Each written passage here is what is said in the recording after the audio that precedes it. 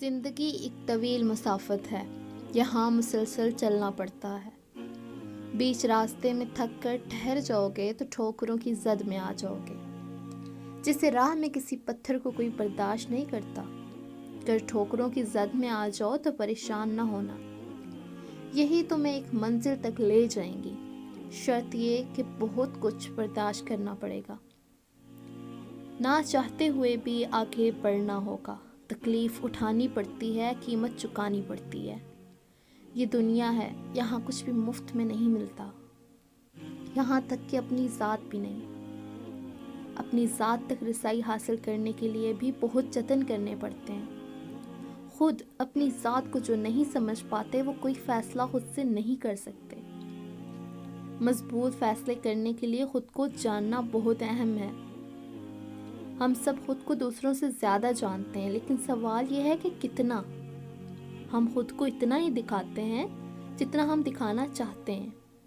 ہماری ذات کا ایک حصہ جسے ہم ہمیشہ مخفی رکھتے ہیں، جس سے ہمیشہ ہم لڑتے رہتے ہیں، جسے ہم اپنی کچھ اچھی عادات کی وجہ سے ڈھانپے رکھتے ہیں، وہ بہت خطرناک ہوتا ہے۔ ہر انسان میں کوئی نہ کوئی کمزوری تو ہوتی ہے نا، لیکن سوال یہ ہے کہ وہ اپنی کمزوری کو کس حد تک کور کر پاتا ہے۔ انسان کی ذات ایک بہت بڑی پہیلی ہے۔ انسان دوسروں سے گلہ کرتا ہے کہ مجھے کوئی سمجھتا ہی نہیں، لیکن حقیقت یہ ہے کہ انسان نے ابھی تک اپنی ذات کو خود بھی سمجھنے کی کوشش نہیں کی۔ جو خود کو نہیں سمجھ پاتا وہ دوسروں کو کیا خاک سمجھے گا؟ انسان دنیا میں اکیلا آیا ہے اور اکیلا ہی جائے گا، لیکن وہ اس دنیا میں بہت سی کردار نبھاتا ہے، اس کے گرد بہت سی کہانیاں گھومتی ہیں۔ کچھ کہانیوں میں وہ اہم کردار ادا کرتا ہے اور کچھ میں نہایت ہی معمولی۔ غرض وہ ایک ہی وقت میں بہت سے کردار نبھا رہا ہوتا ہے۔